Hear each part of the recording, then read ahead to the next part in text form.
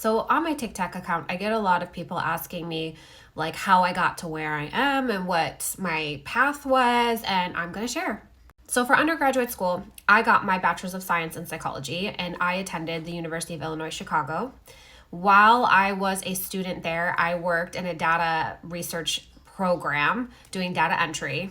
And then I also was an intern for my research professor. I volunteered to do this because one, it was going to give me direct, like, community based practice experience, rather. Also, it was going to allow me for networks and references. And the project that I worked on was for 18 and over LGBTQ plus members who were newly diagnosed with HIV. And what my research professor was trying to study is if intervention with therapy right away helped with risk reduction, helped with educating on safe sexual practices, and if reducing anxiety based on those interventions helped lower viral loads. And it was a really interesting project. After I graduated, I didn't want to jump right into grad school. I wanted to really think about what it was I wanted to do. I wasn't even sure I was going to go to grad school, to be honest. But I was fortunate because I got a job almost immediately outside of graduating at Walgreens corporate. Walgreens is from the Chicago area, the Walgreens family.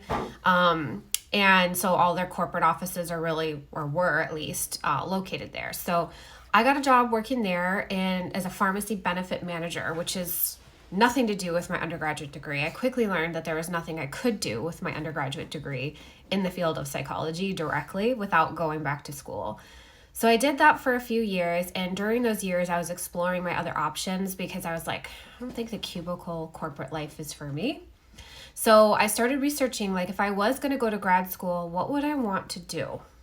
About a year after I graduated undergrad, in 2006, my grandfather, my papa, Louis Arvitulo, the co-creator of the rape kit, passed away very suddenly, and it shook my world. After his passing, news organizations were reaching out. He was all in the newspapers. We were receiving all these letters and sympathy cards from perfect strangers, people who remembered him from 30 years prior because of his co-creation, this invention of the rape kit, and how it allowed them to get justice, how it allowed them to be believed. And I read every single one of them. The mayor dedicated a day for him in remembrance, not going forward, but just that day. And I was so moved and so touched. I was like, what I choose to do with my life needs to have purpose, it needs to have meaning, and needs to be impactful somehow.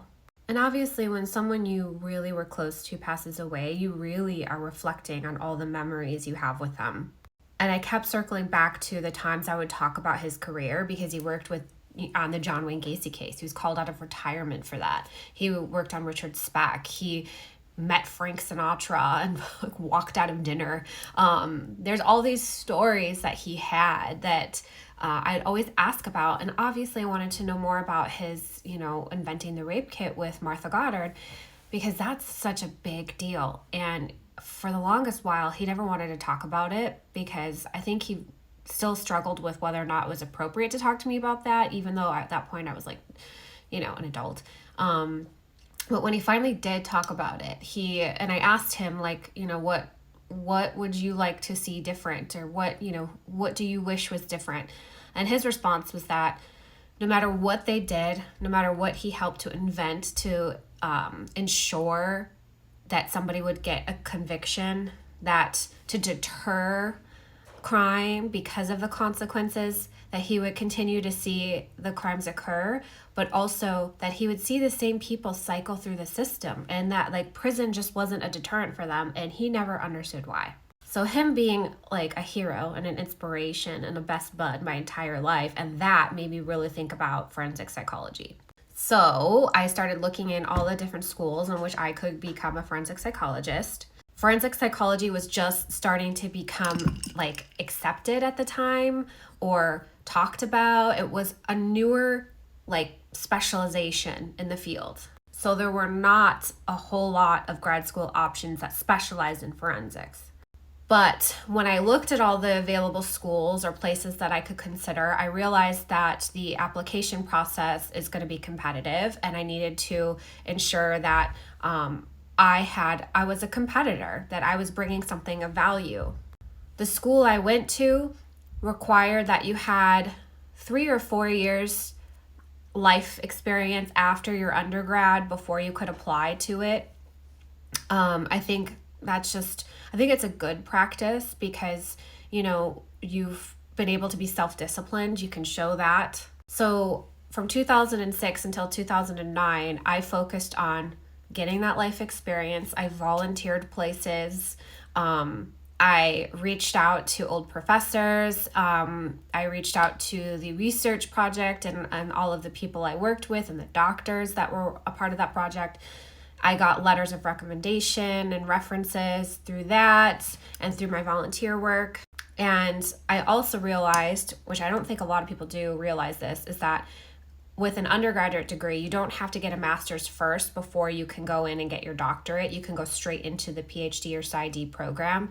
I chose a PsyD program because I wanted more of a clinical background. So I went straight into the PsyD and I hoped for the best, but I also applied for the master's just in case, and I got accepted to both. Obviously, I chose to go the doctorate route because there's no point in going the master's route if my end goal is the doctorate. I could save a lot of money and time. So the undergraduate college that I went to had several campuses at that point, and the campus that was going to do the doctorate program was in LA. So I moved to LA for this. And I also wanted to anyway because that's where I would have gone for my practicum. I wanted to do internships and practicums because of the LA gang and LA probation and just learning about that. And I always wanted to move to California. I wanted to go to UCLA for undergrad, but it was way too expensive, and it just didn't work out. So I made my way finally to Southern California. My program, I went year round without pausing, and I finished in 4 years. It was a blended format. So during the week, you're doing courses online, you're logging in, you're doing lectures, you're reading, you're doing Blackboard chats, you're submitting your homework. And on the weekends, Saturday and Sunday, is when we'd meet on ground to talk about what we learned that week and to get more in depth. And it was all day event on the weekends. My first year, I was able to work, and I worked for a criminal defense law firm, and that was invaluable because I got to go to court. I got to see what it was like on the side of the defendant versus the side of the prosecution, because a lot of times that's what we learn. We learn the prosecution side of things in the criminal justice field. We don't really see what it's like for the defendant. I got to read forensic psychologist reports while working there. I got to talk to some. That was really, really valuable. I also learned to document everything, which really, really served me later on. So throughout the week, my first year, I would work full time. I would do homework on my lunch break and when I got home from work, and do all my studying. I formed study groups with people in my classes, which was great. We could meet at coffee shops after work. And then we'd meet on the weekends. And that was very doable my first year. Your second and third year, you're assigned to a practicum site, which is where you apply what you're learning, and you have to be there anywhere from 16 to 20 hours a week. Mind you, this was so long ago, requirements may have changed. But my first site, I got trained with LA County Probation on LA gangs. And I also worked for the US Vets, which is where they house homeless veteran populations. And I specifically worked in their what's called the SASCA program, and I forget what it stands for. I don't think they even have it anymore, but essentially it was veterans who were homeless and on parole. So I worked with them. I screened all the incoming vets who were recently discharged from Iraq or Afghanistan for PTSD, and I did individual therapy. My second year, still coursework, still meeting on ground, but my second year practicum site was at WorkSource Reentry Program. It's a program for parolees who are recently released from being incarcerated, who are trying to reacclimate back into civilization. I ran a life skills group because they didn't even know what email was, let alone what a USB was. I did psych assessments to see where their achievement versus aptitude is and what jobs they would be successful with. And I'd write those reports and give it to their case managers, who would then try to link them up with jobs that they were able to be successful in. We wanted to set them up for success, not failure. It was so insightful to see just how hard it was for them to adjust. And then your fourth year is fully your pre-doctoral internship. You're there full time and you're working on your dissertation. And I worked with juveniles in the justice system doing forensic assessments for the courts.